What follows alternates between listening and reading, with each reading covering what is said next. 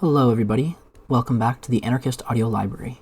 Today we're going to be reading an article from MiddleEastMonitor.com titled "Biden Never Pressured Israel for Ceasefire, as Israeli Officials Boast of Exploiting U.S. Support."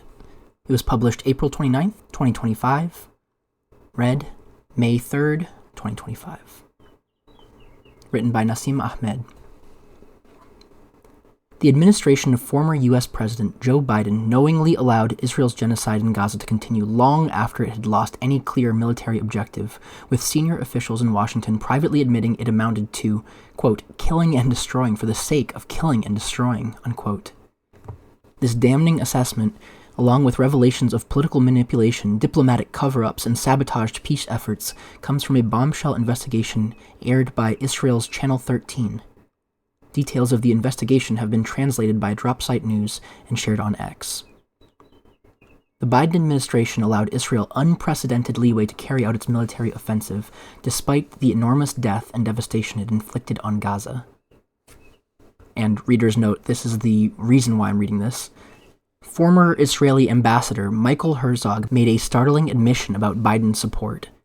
Quote, "God did the state of Israel a favor that Biden was the president during this period. We fought in Gaza for over a year, and the administration never came to us and said, 'Ceasefire now.' It never did. And that's not to be taken for granted," unquote. His remarks encapsulated a broader sentiment that the White House gave Benjamin Netanyahu all the political space he needed to execute the military offensive, which has claimed the lives of more than 52,000 Palestinians, mainly women and children. The investigation, which included interviews with 9 current and former U.S. officials, reveals a deeply troubling portrait of U.S. complicity in Israel's genocide in Gaza. Former National Security Aide Ilan Goldenberg stated that the war amounted to killing and destroying for the sake of killing and destroying, with no viable political alternative ever established. Despite the White House's public messaging about restraining Israel, the internal consensus appeared to be that the administration had no intention of exerting real pressure on the occupation state. The Biden administration also shielded Israel from allegations of war crimes, prompting a major backlash from staffers in the State Department. Lawyer Stacey Gilbert, for example, resigned in protest after being excluded from a key report that falsely claimed Israel had not violated U.S. arms laws. Gilbert described the report as, quote, shocking in its mendacity, unquote, pointing out that aid obstruction and settler attacks were well documented yet ignored. Meanwhile, Washington continued to certify Israeli compliance with U.S. law, ensuring the uninterrupted flow of weapons. The investigation also revealed that Israeli Prime Minister Benjamin Netanyahu deliberately sabotaged hostage negotiations in order to prevent a ceasefire. U.S. officials confirmed that Netanyahu tanked talks out of fear that a deal would compel him to halt the war.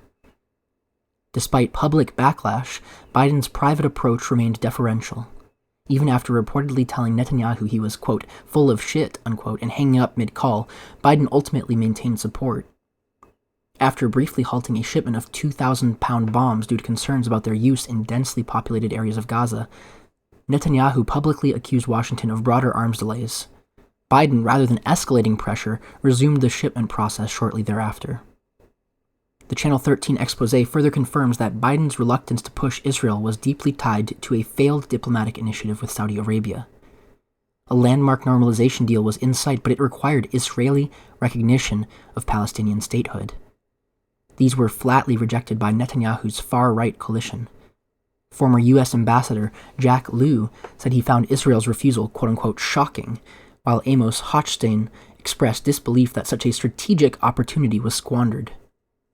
Sources confirmed that Netanyahu deliberately stalled negotiations in hopes that President Trump would return to office and claim the diplomatic win for himself.